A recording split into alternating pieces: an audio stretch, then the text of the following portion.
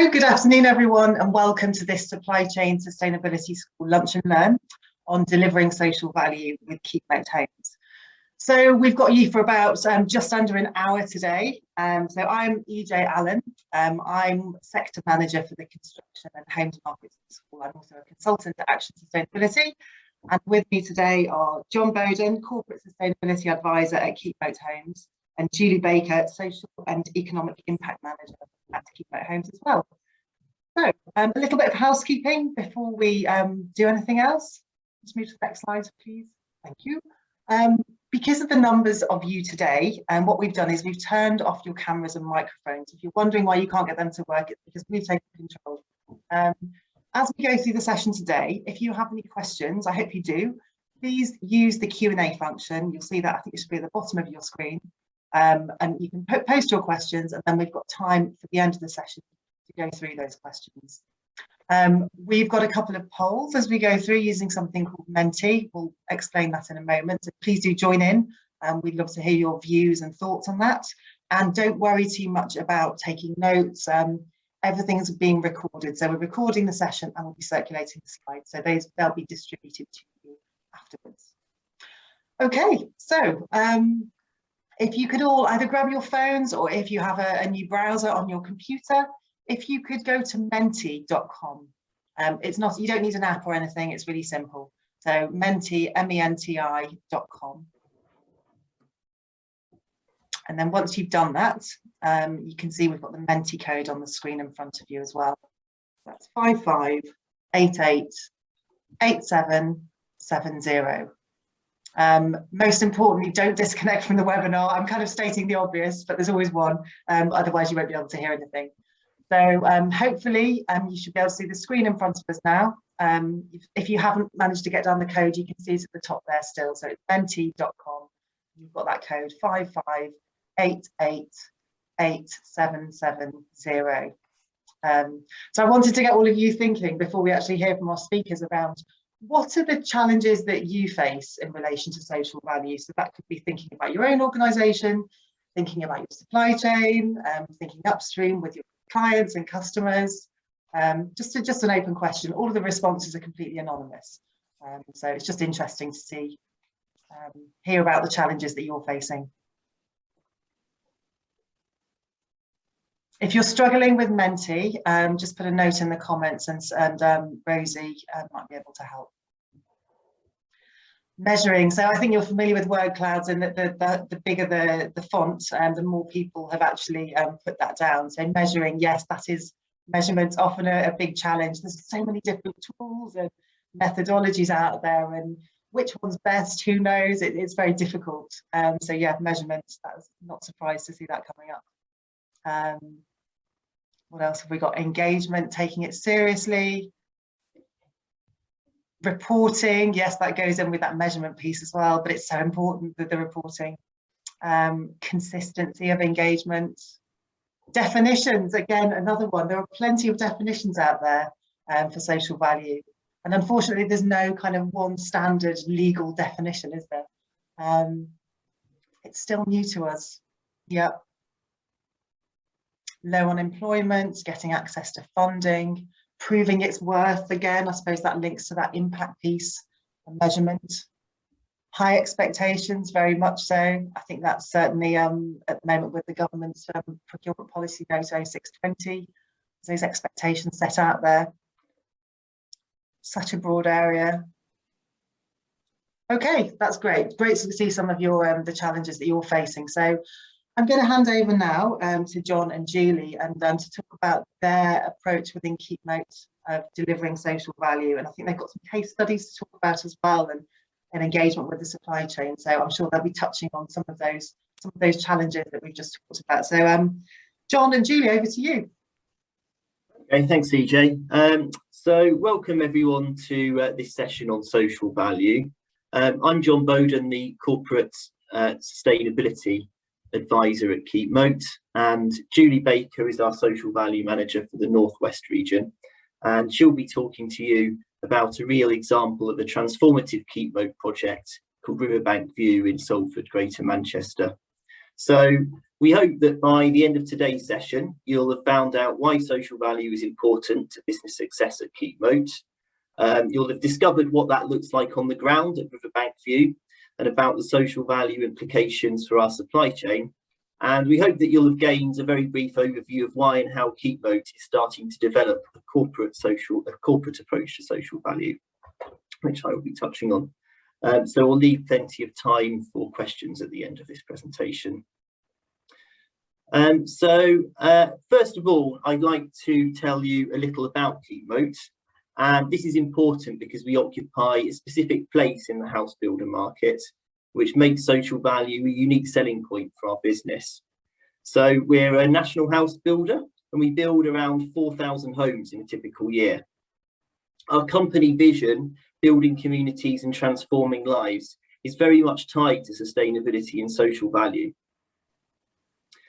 We're the proud holder of a 5-star customer satisfaction rating with the HBF, and we're on a zero carbon journey, having pledged to set science-based carbon emission targets and to go net zero by at least 2050. But most importantly for today's session, about 70% of our developments are on brownfield land, and we have an extremely low average sales price of just 165,000, orienting to the first-time buyer market. So shortly, I'll explain how it's actually our approach to social value that makes that possible. But for now, I'll just say that we're proud of our low prices at a time when so many people, young people in particular, are struggling with housing insecurity and the ability to take the first step on the housing ladder. Next slide, please.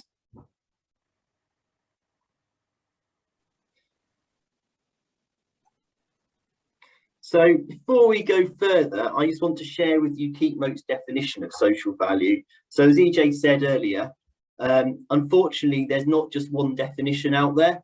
So I want to be very clear for this presentation that when we talk about social value, we're talking about social, economic and environmental sustainability as being part of that.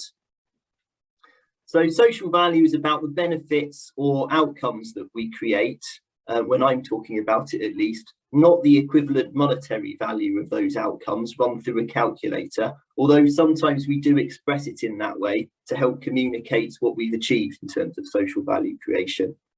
And social value doesn't just apply to a project for its duration. We can create social value nationally, for example, through recruiting via our graduate scheme.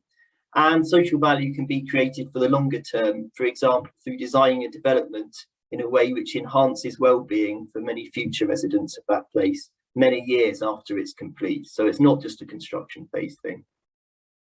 But now I'd like to move to the poll.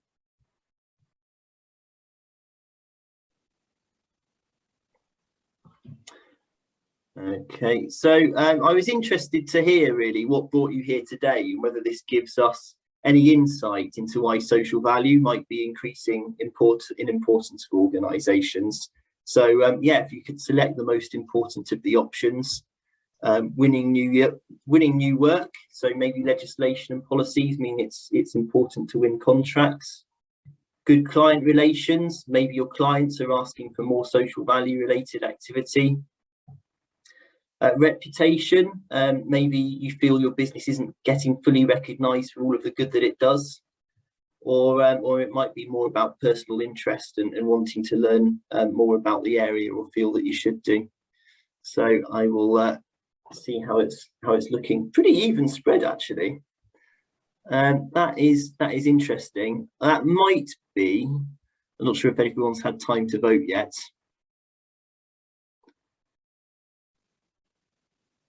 I think the votes are starting to slow down now. So yeah, I think we've got, oh no, it's still coming.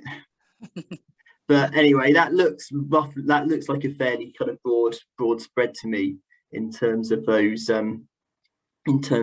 answers. With reputation actually being the biggest, which is interesting. I thought that winning new work might take it, but reputation is really up there. So I think if we'll move on from the poll actually to the next slide. So yeah, it was interesting actually, that the reputation side of it, because I know a lot of businesses which don't have specialist in-house sustainability or a social value function might do lots of work, might do lots to provide work experience apprenticeships or contribute to the community in other ways, but see it kind of as part of what they do day to day without labeling it as sustainability or social value. And that can sometimes make it quite difficult to talk about the great things that you've done in the way that perhaps clients are expecting that you talk about it. So that's a kind of important sort of gap which needs to be bridged sometimes. I do think it's definitely important for businesses to talk about the good that they do, because if a business can realise the benefits of what it is doing, then it creates drivers for doing more of it, sort of a virtuous circle really, and that's something which is great for everyone. Okay, so I'll talk, actually, can we go back a slide, please? Great, thank you. So I'd like to talk now about why social value is important to business success at Keepmoat. So social value is fundamental to our business model. And I spoke earlier about how we have a very low average selling price for a house builder. And in essence, this is only possible because of our ability to deliver leading environmental, social and economic solutions for our projects. So typically we can keep our sales prices down by buying brownfield land, which is very low or even negative value, and regenerating it with partners such as local authorities and Homes England. So these are often disused factory or colliery locations which closed down perhaps years ago due to deindustrialisation. So these areas are still typically experiencing some of the effects of that deindustrialisation, such as structural unemployment, poverty, poor educational attainment and poor health outcomes. And poor planning in the past may also have led to an imbalanced mix of tenancies in a single area. So our challenge in areas like these is not just to build houses, but to create environmental, social and economic value to make these places desirable to live in. And if we can do that, we can attract young, economically active, first-time buyers to an area who can work, spend money and socialise in a community for a lasting benefit. And that benefit is valued by everyone. So the customers benefit from quality, efficient new build homes that are affordable due to our ability to access low value land. Local authorities have created a better, more prosperous place to live. Local businesses have benefited from more money circulating throughout and after construction. Local communities benefit from improved education, health and other outcomes. And we've even found that private landowners of different projects we're working on can benefit from our improved relationship with local planning authorities after a successful public sector project. So I could go on, but all of this, of course, relies on the ability to purchase the developments in the first instance and promise a very ambitious transformative plan for an area. And to get the chance to do that over and over again, we have to live up to those ambitious promises and deliver on them. So trust is absolutely key. Next slide, please. So I'm going to pass you over to Julie, our social value manager now for the Northwest region, and she's going to talk you through how we're building that trust through real meaningful work at the local level. Over to you, Julie, and we'll change the slide, please. Thanks, John. I seem to be a little bit dark. The light has just gone off in the room, so I do apologise if I look like I'm in a cave.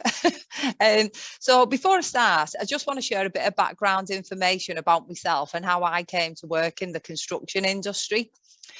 So back in 2010, Keepmoat recruited me as part of a community initiative to give back to the local community by recruiting a local workforce. And I was one of 15 people that was recruited. And not only was I local, but I was also long-term unemployed. And I laugh now. If someone would have told me back then that I would be the social value manager for a house builder, I would never have believed them. You know, I was one of them young people that left school without an education. So I understand on a personal level the benefit that our social value activities have, not only on communities, but on individuals too.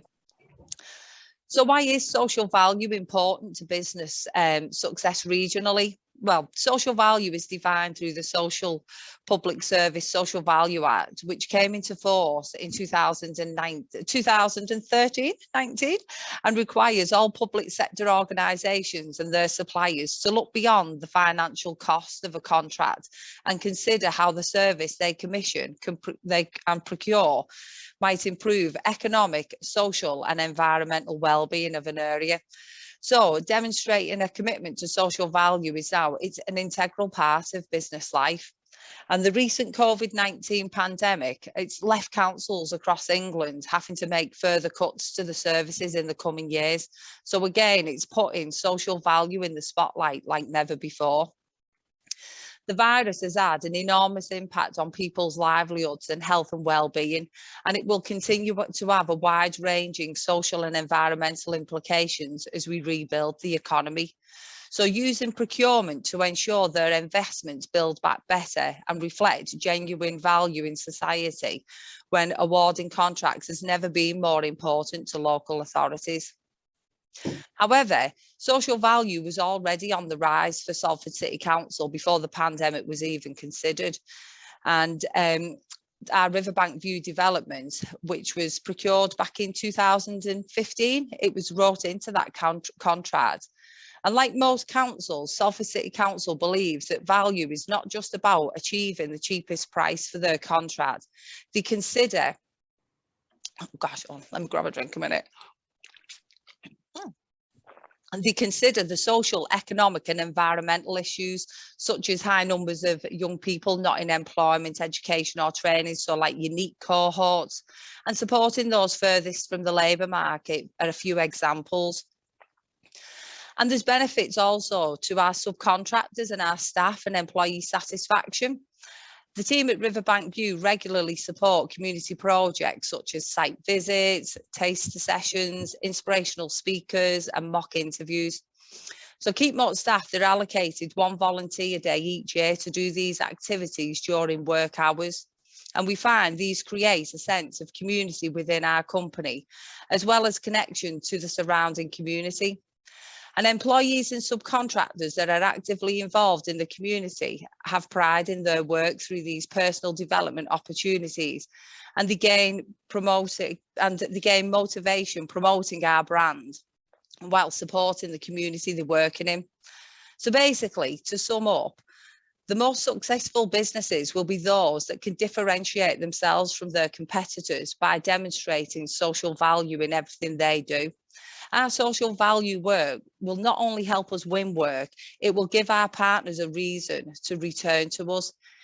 It raises the profile of the construction industry, as well as creating employee and subcontractor satisfaction.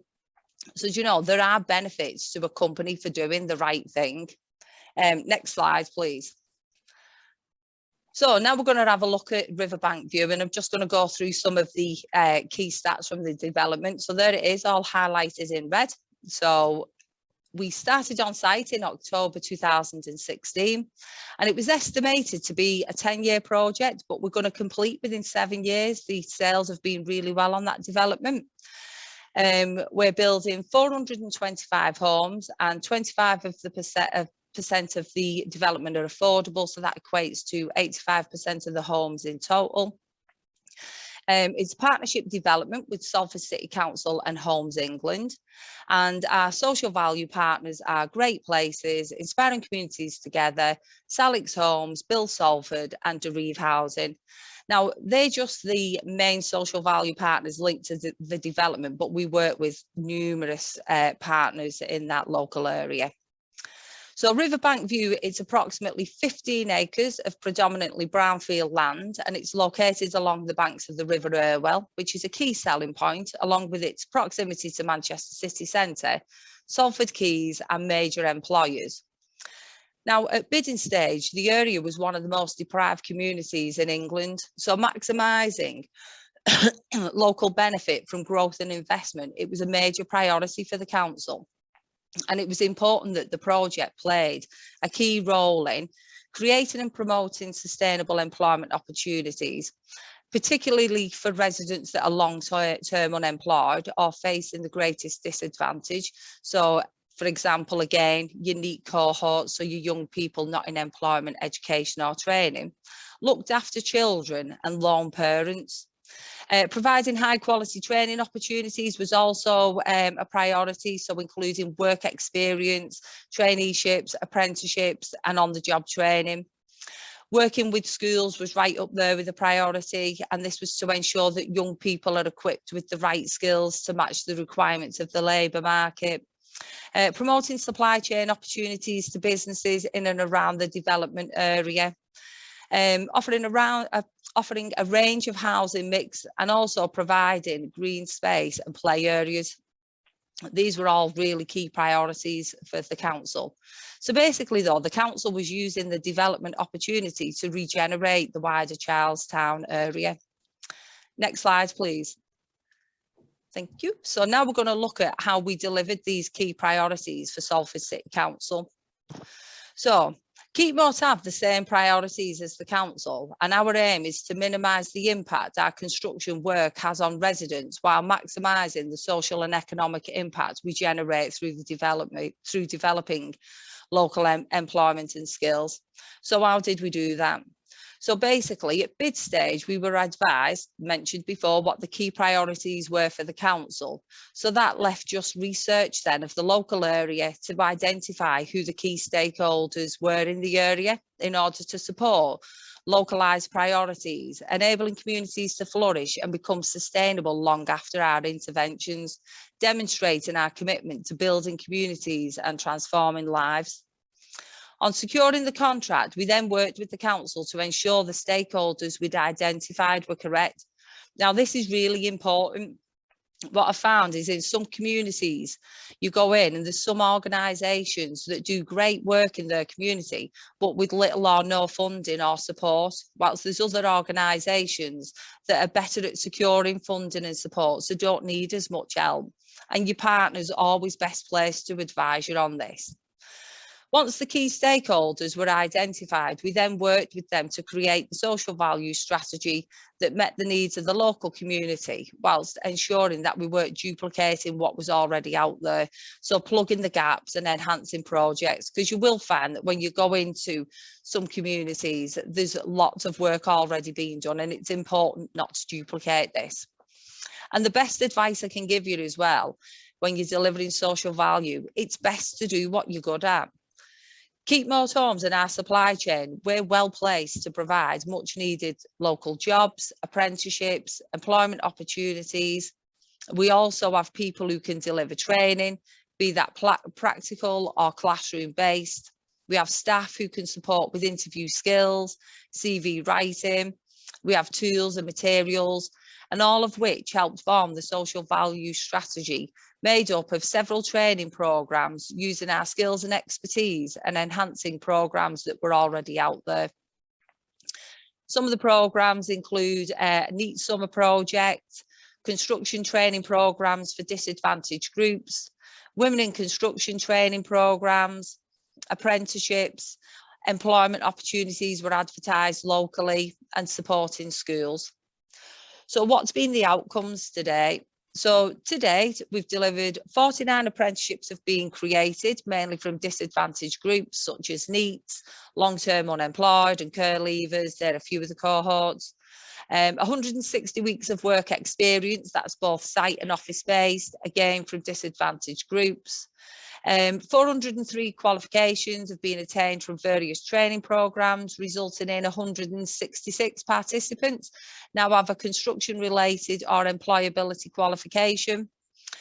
We've delivered numerous holiday hunger projects, so that's supporting young people during these school holidays and providing them with activities and free lunches. So we've reached over 400 children. Several training programmes have been delivered to keep young people engaged during the school holidays, so unique cohort, so try a trade taster sessions, horticultural project, and we delivered sand marting nesting project. And these key stats have been delivered in partnership with Salford City Council, Inspiring Communities Together, Salix Homes, Build Salford. So your social value partners, and then obviously we've got like the wider partners that we work with as well, but they're your key ones. So how does our supply chain feed into this? So basically, as the pressure has been increased on Keepmoat to deliver more social value or deliver social value within our contracts, we've steadily increased the pressure on our supply chain to demonstrate ethical and environmental good practice. And over the past 10 years, we've developed our approach to the delivery of social value, and our supply chain, they have been on that journey every step of the way with me. And without them and the partners, we couldn't deliver the outcomes that we do. Delivered well, social value can generate positive medium to long-term outcomes in a cost and resource efficient way. So for example, by employing a long-term and unemployed Salford resident, we're taking people off benefits and into paid employment. And this in turn has a beneficial effect on people's well-being and has been proven to reduce outcomes which might include reduction in criminal and antisocial behaviour and reducing the burden on the health and care service. It also strengthens community cohesion and resilience, as well as fostering a greater sense of happiness and well-being, whilst reducing the benefit bill.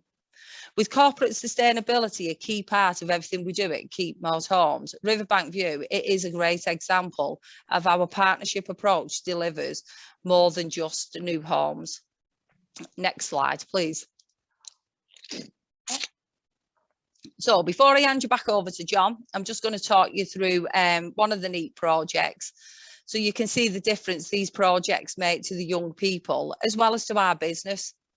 The NEAT project won the Social Value UK Award, as you can see from the picture on the screen. The project's delivered in partnership with the social value partners from the development. They delivered over 6 weeks and consist of a variety of try-a-trade taster sessions and construction-related employability sessions. And the young people on the course have been identified as potentially becoming a NEAT during the summer holidays. And during the project, they get to try their hand at a variety of different trades. And we find this really helps the young people. And during each project, we've had a few that have chosen a trade that they think they really like, but when they've tried it, they've realised that it wasn't for them. So the course enables them to make an informed choice when choosing the next steps. Today, we've delivered 4 NEAT projects with 29 young people benefiting from the course. All but one of the 29 have moved on to further education, employment or training, and the one that didn't progress continued to be supported by connections. The young man in the picture, so he was a year 10 pupil who spent a year out of education due to family issues and house moves, and it led to him becoming involved in social services. During this time, he was also involved in antisocial behaviour, which led to him being classified by the police as at risk of being groomed by organised crime and gangs, with the potential of becoming involved in drug dealing. And his behaviour in school had also become challenging. So the school and the council had contacted us and asked Keepmoat was there anything that we could maybe do to support this young man, because he was interested in construction. So it was agreed with the school and his parents that if his attitudes and attendance improved, he could attend the NEAT summer programme. And on his return to school, if there was a continued improvement, they'd allow him a place on the follow-on construction training course that Keepmoat deliver later on in the year. And like that course had never been available to school-aged children before. So we made an exception for him, to be honest. So the young man, he excelled himself on the programme. He turned up every day. He worked hard and completed all his coursework, leading to him completing the course and getting brilliant reviews from the tutors. And when he returned to school in September, the school reported that there'd been a marked improvement in his attitude to school. He'd attended every day. His punctuality was right up there, and he was trying much harder in his lessons. He progressed on to the next construction course, and again he excelled in every session. He turned up on time every day, and the trainers commented on his interest in the subject and the number of questions that he asked, considering he was like one of the youngest on the course as well. At the end of the course, he said he was proud to have achieved his level 1 qualification in employability and level 1 in health, safety, environment and awareness. He's not moved into employment yet, as he still needs his CSCS card, and is currently being supported by Salford Foundations with this. But once he does get his card, we'll be helping him to progress into his chosen career path. So that was just one case study. The difference these courses make to individuals and the local communities speak for themselves. So, and do you know, I get so much satisfaction myself from being involved in projects like this and seeing the outcomes at the end. It really is very rewarding. So now I'm going to pass you back to John, who's going to tell you a little bit more about our corporate approach. Next slide, please. Great, thank you. So Riverbank View is a great example of a development which has helped provide low-cost homes, employment and new opportunities, especially for young people in the city of Salford. And it's been made possible through a great relationship with the Forward-Thinking Council, providing a great land opportunity in exchange for a big environmental, social and economic investment delivered by Keepmoat and of course our subcontractors too. But it'd be a reasonable question to ask, do we do the same everywhere? After all, different places in the UK can have very different needs. So if we tailor our approach locally, how can we demonstrate national consistency and promise great delivery of social value everywhere where we develop? And that's why we're developing our corporate approach to social value. So I'll only touch on this briefly today, but if we're invited back, I'd be happy to come and talk about it in more detail as we develop this piece of work. So why a corporate approach? Well, a corporate approach is important to outline what Keepmoat does everywhere. So Riverbank View is a brownfield site with Julie working full-time to support young people into work and on other great projects. But we also develop some greenfield sites purchased from private landowners. So we create value in these areas too, although how we might do that is very different. So it's less likely to be through one of Julie's projects and more likely to be through perhaps our technical teams designing excellent green space areas that provide a home for nature and a sense of well-being for people. This is social value too. So social value can be enhanced by many different teams in the construction life cycle, not just by designated social value managers. So by showing what we do everywhere to a consistently high standard, we can set expectations for all teams in the business and demonstrate those high standards to external parties at the national as well as the local level. So in order to do this, we've created a standard for social value that we expect everywhere, putting some processes down on paper, which some of which were in people's heads, it's got to be said. So we've put those processes into writing, and then we've compared those processes against best practice frameworks and, you know, plugging the gaps between what our processes are and what those best practice frameworks are. We've created a reporting tool so we can clearly demonstrate our impacts and evidence them with quantitative data and prove how we're performing against our promises. And we've also created a national social value working group that meets monthly. So that's got the sustainability team on it and also the social value managers like Julie from the different regions in the company. We meet every month and we share best practice across the whole business, as well as like national projects that we're working on. And we use that to continually improve the way we work. So, you know, feeding in what we've heard from partners, what we've heard from stakeholders, and acting upon it to improve the processes across the board. Next slide, please. So the other thing which I'll just touch on briefly today is our subcontractor contribution system. So we know that leveraging our spend in the construction supply chain is really the only way we can reach our full potential for creating social value on our developments. If we just do it ourselves and we don't involve the supply chain, we're not getting the full benefits to what we could do. So our new subcontractor contribution system has been integrated into our commercial processes now to be business as usual, so that subcontractors can choose. How it works is that subcontractors can choose from a menu of social value contributions to make that amount to their slice of the contract value.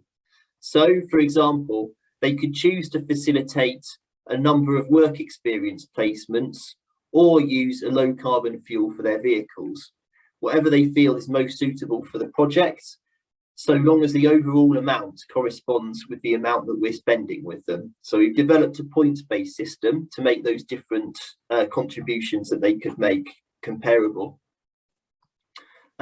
So many of our subcontractors provide really great experience for young and disadvantaged people that need support to get into the workplace. And this system again ensures flexibility alongside consistency with clear expectations. So in that sense, it really forms kind of part of the corporate approach. So next slide, please, which is the questions and answer slide. So now it's time for you to come up with us with any questions. Thank you. Okay, thanks everyone. Just let me try and put my camera back on. Brilliant. I think I've just walked around to get the light to come on. I don't look like I'm in a cave anymore. That's it, we can see you. Brilliant. Yeah. Thanks both of you. That was fantastic. I especially love that story, Julie, around the student who turned his life around and achieved his level 1 qualification. We'd love to get that in a case study format to share through the school if at any point you do have that. Really goes to show, doesn't it, that they kind of fairly, it's not a small intervention, but it's a focused intervention like that done in the right way can have such a huge impact in improving and changing direction of somebody's kind of life or future. So we've had quite a few questions come through. So linking to that example I just talked about, we've had a question from Alex Ward. How did you fund the trade taster sessions, which led to achievements of level 1 employability and level 1 health and safety? Was it the Construction Skills Fund or was it something else? No, so we fund it through ourselves, through the development, but the thing is, like I said, it doesn't need to cost a lot to deliver social value if you use the skills what you've got within your organisation. So a lot of the sessions, well, actually all of the sessions are delivered, so we've got our subcontractors who are on board, and we work, like I say, with lots of other external organisations, so Bill Salford Consortium. So between us, we deliver these skills sessions, and then the employability, we work with Connections. So between Connections and ourselves, we deliver the employability part of the programme. So it really is just about financing the room hire and lunches. So that's the point I was trying to get across. It doesn't need to cost a lot of money. People look at social value and think that they need to pull in funding, but in actual fact, you've got the skill set within your business. If you plan your social value strategy around, what you can deliver, you put in achievable targets that you can deliver yourself. Thank you. No, great. Jed has just come back actually on that and said, but isn't there a cost for level 1 to actually register students? Oh, so sorry, I was on about the NEET summer project. So yeah, so if we have to do, so actually, Jed, so we did used to fund the level 1 ourselves. So we used to pay for that ourselves for the students to do the level 1. But there's so many organisations out there, and I seen it at the beginning actually when people put in funding. I was exactly the same. We would be paying, a hand over fist for, like, say, level 1 courses, the CSCS course to be delivered. But there's so many different organisations out there that deliver the level 1, and I know that you've most probably come across where there'll be requirements where it'll say, oh, they've got to be 19 plus unemployed for X amount of time. But that's not the case now. There's an organisation out there, and gosh, the name Procure Plus, they're funding, there's no limitations to it. So there's not, they can fund for 16-year-olds. So I've been linking in an awful lot with them at the moment for the level 1 health and safety. So there's funding out there. Sometimes CITB is a good one as well to go through for construction related funding, or to find out where there's pots of funding to deliver certain modules of a programme that you might want to deliver. Brilliant, thank you. We've had a couple of questions from Emma. Hi Emma. Emma Bull. So just out of interest, did the targets or achievements for social value get mandated by Salford City Council, or was it an offer from Keepmoat? I know you talked earlier on about working with your stakeholders to decide what to focus on, but how much of that was mandated or put forward by Salford? It was wrote in the contract. There was no implication, so it wasn't a case of if we didn't deliver it there would be like a financial implication. Where I have worked, when I worked in refurbishments, we worked on a lot of developments where if you didn't deliver targets that were wrote within the contract, where there was a cost implication. So it wasn't a case of, there was no cost implication to it, but reputation. So, you know, it's brand reputation. It takes you years to build up your reputation and your brand, so you could quite damage it easily by not delivering. And it wasn't, so what was put in the contract, so the targets that were put in the contract, it's not a case of that we've kind of stuck to them as well, because as you can imagine, on a 10-year project, you know, things change within communities. And I think that even councils are realizing, you know, to trying to be a bit more flexible around things. So it's not a case of that's just what you're delivering. We've kind of, you know, changed, you know, with them as years have gone on. So we did start off, when we started delivering the social value, it was targeted more around your long-term unemployed, you know, and a lot of the work we've done, I'd say, was maybe up for over 25s. But more recently, Salford has got high levels of NEET, so it's become like quite a priority for the area, your NEET cohorts, and that's why a lot of the work has shifted now that we that's one of the priority groups that we target with our interventions. Okay, brilliant, thank you. And Emma had another question. So were the targets that you had, I think it was on Salford, were they based on units or on project value? Oh, I think it might, you know, I'm not totally sure on that. Don't I think worry. it may have been project value, but I wouldn't like to guess on that, to be honest. I wasn't in post at the very beginning when that project was won. I kind of came in to deliver the social value for them. So I'm not totally sure. I wouldn't like to worries. guess. And then a bigger question, how do you manage or measure legacy? I think that is a big question, but what are your thoughts on that? When you're talking about measure, are you is that measuring our social value? Is that what we're talking about? So what we've delivered, is that what you mean by that? I'm not sure, Emma, if you're there on the chat, is that what you were meaning, or was it just the wider question of, if you were asked about the legacy of these projects, how would you evidence that or measure them?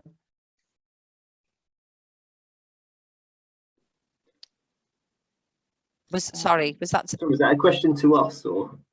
Yes, sorry. So Emma has said legacy as a specific measure rather than apprenticeship numbers and so on. Yeah, I think that means, so what we're starting to look at sort of corporately through our new social value collection tool and things like that is a lot of the metrics do revolve around apprenticeships, work experience, placements, but we're also starting to move it on. So, for example, the value of a sustainable urban drainage system, which will clearly be there for a long time after the contract. And actually, that's where we've had to break away from some of the national sort of reporting frameworks, which they are, and do our own analysis, you know, using academic articles and things like that, to look individually at those specific items and how the value of them sort of might decline over the time during the length of that they're active, or the total life cycle of the site. So yeah, we are. It's an emerging science for us, but yeah, we are starting to plug those indicators into our social value tool, if that was what the question was about. And I think linking to that, we've had a question. What's in the menu of social value initiatives for subcontractors that they can choose from? And I think you've already, and then does it link to national TOMs or any of the other measures out there? If John, I'll just pick up what's in there. So the document, it's not actually as well a set in stone document. It actually highlights at the beginning that we can change this accordingly, because when you go into different areas, you know, different local authorities have different needs. So like I say, Salford's, they've got high numbers of needs, so you can tweak the document. The document's put together in a way that it can be tweaked accordingly.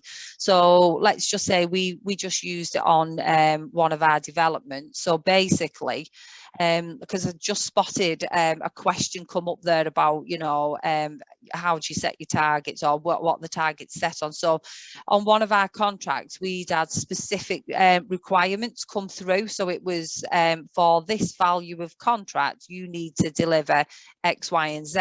So then I tweaked that document accordingly, so that that document fitted in with, you know, what we'd been asked for. So what the partner had asked for, I tailored that document so that when that then went out to the subcontractors, I knew that between the subcontractors and Keepmoat Homes, we would be able to meet the requirements what the partner was asking for. So if you make yourself and you know, it's such a brilliant document as well. It's made my life so much so much easier, and like I say, we've only just we've not long brought the document out, but yeah, it does make life so much easier. But make it a flexible document that you can tweak accordingly to the contracts that you're bidding for.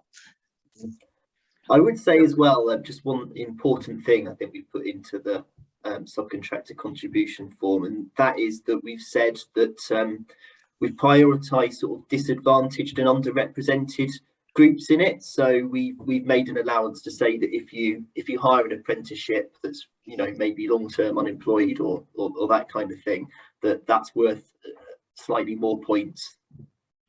Yeah, then yeah, you're right there. Yeah, then just like somebody who would, you know, have no problems, you know, finding employment. And it also, John, it incorporates as well environmental impacts as well, where the document. So all about which fuel and that, isn't it? The subcontractors are using. You can tweak it accordingly. It's a brilliant tool, to be honest.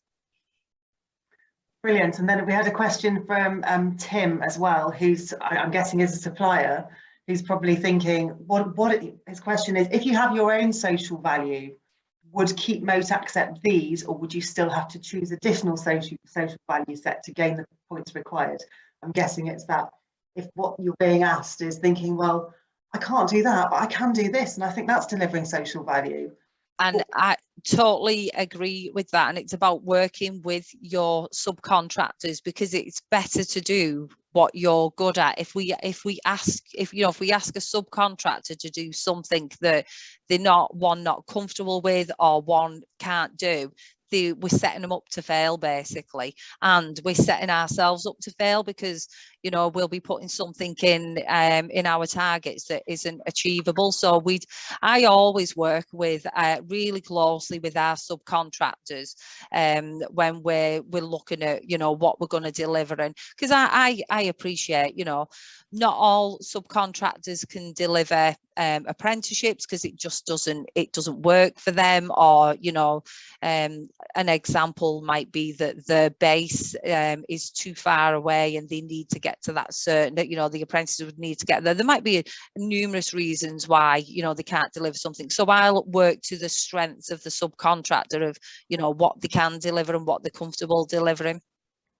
Sounds like the perfect client there. I think that's the point. It's to some of these corporate tools, we're sort of bringing them out so that they prompt the right questions everywhere that we go, but it's not designed to be an extremely hierarchical, everyone must do this in every situation. It's designed to sort of ensure that the conversation at least always happens, and then we can be flexible around what the outcome of those conversations are. I think that, yes, that dialogue is so important with the supply chain, rather than we need you to do this, go off and do that. I think it's like with anything to do with sustainability, very often at times those who are procuring or asking for the service or supply don't always understand what could be offered, and therefore it's always about asking the supply chain to feel confident to not challenge but to question and say, well, you've asked about this, but we could probably do it in a more sustainable or way that will deliver more social value in this way. Okay, looking at the other question. So a question from Sophie. Is there a work experience programme that you use or offer, a specific one? So a work experience program. So we offer work experience. So so like on our developments, we'll have worked which suppliers and obviously ourselves. So basically that document will form, I always say it's my toolkit so that I can work on site, because that's got all my tools in it. So I will know what work experience our subcontractors can offer, what's work experience Keepmoat can offer. It's not a set program. We'll work with the local colleges to identify students. What I do tend to try and do with work experience, I'll try and target it around a time when there's a recruitment need, so that then the person's going on the work experience and there's a potential of a job opportunity at the end of it. But there's not an exact program that work to, if that's right. Okay, no, that's yeah, that makes sense. I have a question for you. Which are the areas of social value or social impact that you find generate the biggest challenges for the supply chain, that they struggle the most with, and what tips would you have for them to help on those kind of areas? Oh. Do you know if I'm being, do you know what, the subcontractors, not all of them, but a lot of them struggle with the whole social value thing. But what I've found is that they overthink it. And so when that form went out, just asking them about helping with careers in schools careers information advice, and it was like no. So we had one subcontractor who come through and they couldn't offer anything. There was nothing on that list that they could choose from. So I phoned them up and I went, right, let's just have a little talk through this. And we went through it, and they didn't have any apprenticeship opportunities. That was fine. But then when I said to them, but you are on the site for 10 years. So I find it really hard to believe, oh, right, well, we thought that you wanted them in. I was like, no, I said, you're on the site for 10 years, right? That was fine. Well, we haven't got time to be going into schools. Said, I don't expect you to go into the schools. That's my job. I will make contact with the schools. I may just need your expertise on a Q&A session with the plumbers, let's say, because I'm not a plumber. And so they struggled with a lot of it, really. But when they realised that it's not even the practical skills sessions, when I've gone to them and I asked, now I can go to the plasterers and say, could you deliver a skills, a try a trade taste session with plastering? They know it's fine. They know that they're going to turn up on the day, it's going to be set up. The young people will have been briefed. I'm there with them, or somebody's there with them. They'll set up, they'll make the mix, and they'll show the young people. And it's just our subcontractors are better now, because they know that when they get there, it's not going to be hard work. You've got to make sure that it's easy for them. You can't make it difficult, or that they've got to go off running around, looking for people, making contacts with schools. I think as long as you make it easy for them, everything runs smoothly. But yeah, I think they just struggle a lot with social value in general.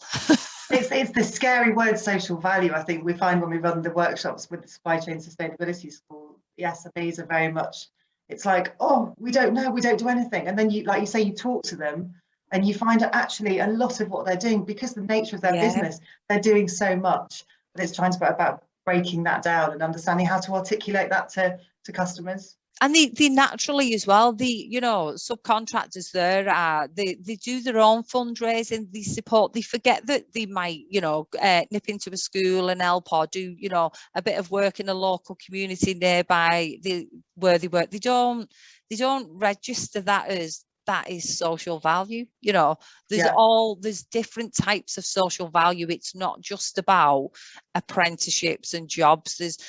there's lots of different needs in a community, and if we all delivered the same, social value would be pretty boring, and it would just be, you know, the fact that you use the strengths of your subcontractors. That's how you can deliver a wide range of social value activities. Fantastic. It's 5:02, so we're going to do one more question. If we could get a brief answer on that. Which social value initiatives provide the highest value? Now, I don't know if that question's meaning has the biggest social impact. I'm not sure how to interpret that, but I guess it depends on where the project is as well and what the challenges are. Yeah, and the thing is, so it depends. So if you was, and how you're valuing it. So if you valued it via a calculator, let's say hacked, I'll just use that as one example. Like I would say that you're to do like a community garden, a community allotment, in a monetary value, generating social value, it generates, you know, lots, but, you know, actually working with somebody like that young person who, you know, could quite well have fell off the rails and, you know, be on a complete wrong track. I don't know how to put that across really. I just think that each they're all important really, but it depends what kind of value you want. If it's a social value figure from a calculator, is that what they're after? Who was it? It was I don't know which organisation. It was Lorna Gibson. I'm guessing it is. It's that one size doesn't fit all, though, does it? It's there's so many things to take into account of where the project is, what's the big challenges in that area or that region, who is it whose lives you're trying to improve, and so on. And the background as well, because it would, you know, it depends. So you could put two people into employment, and, you know, but actually one may have the same background as the young person on the slide, so that would generate one more value, you know, to like the economy, but also to the person as well. Yeah. Brilliant. I would say as well, that's why it's kind of important to move towards where we're capturing not just jobs and skills type social value, but we're also capturing perhaps the value that we create in the broader built environment and things like that through green spaces, that kind of thing, because there will be large amounts of social value attached to that. It's just it's obviously much more complex to calculate, but so that I think that's something that the industry can improve on in general. Okay, fantastic. So we've got a couple of minutes. So if we could just move on to just kind of show you examples of some of the resources that we've got through the Supply Chain Sustainability School that can help you with some of these areas. So Rosie, if you could share the slides again, that would be great.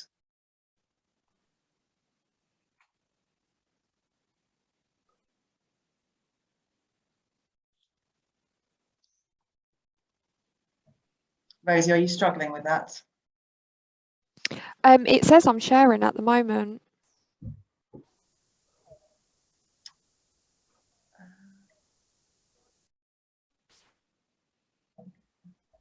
John, can you see the slides, or is it just me? You can't. I can see them now. Fab. Okay. I can see them. Yes. Okay. Brilliant. Right. So just very quickly, just some examples of the resources that we've got within the school. If there are any architects or designers amongst you today, we've got a piece of work we did on social value and design of the built environment. We've got a very short video looking at air quality. It's that, you know, if you're delivering a project in an area, you can have a really negative impact around air quality, or you can improve air quality, as we saw what happened during COVID. So that talks about what the issue is, the big kind of scary health issues, and what you could do on site to help tackle that. There's a sustainability short on managing conflict, again thinking about local community projects and how we can maximise positive benefits there. We've got material exchange platform map. So if you've got excess materials on a project and you want to see, well, who could use those materials in the local community or region, there's an interactive map there. We've got some examples at the bottom of some webinar recordings similar to today's session, but focusing on different topics. So one on PPN 06, one on trends, one on another case study from one of our partners, Recycling Lives. If you can move on to the next one. please, Rosie. We've got some learning pathways that are set up within the school. So they're a kind of curriculum of resources that you can self-enroll, you can work your way through the resources and get your badge. We are probably in the next couple of weeks going to be publishing an updated version of the social value part 1, which is the e-learning module. And we've added lots of new case studies to the school's resource library in the last week or so. And you can see here we've got learning pathways around things like waste and resource efficiency, modern slavery, and so on.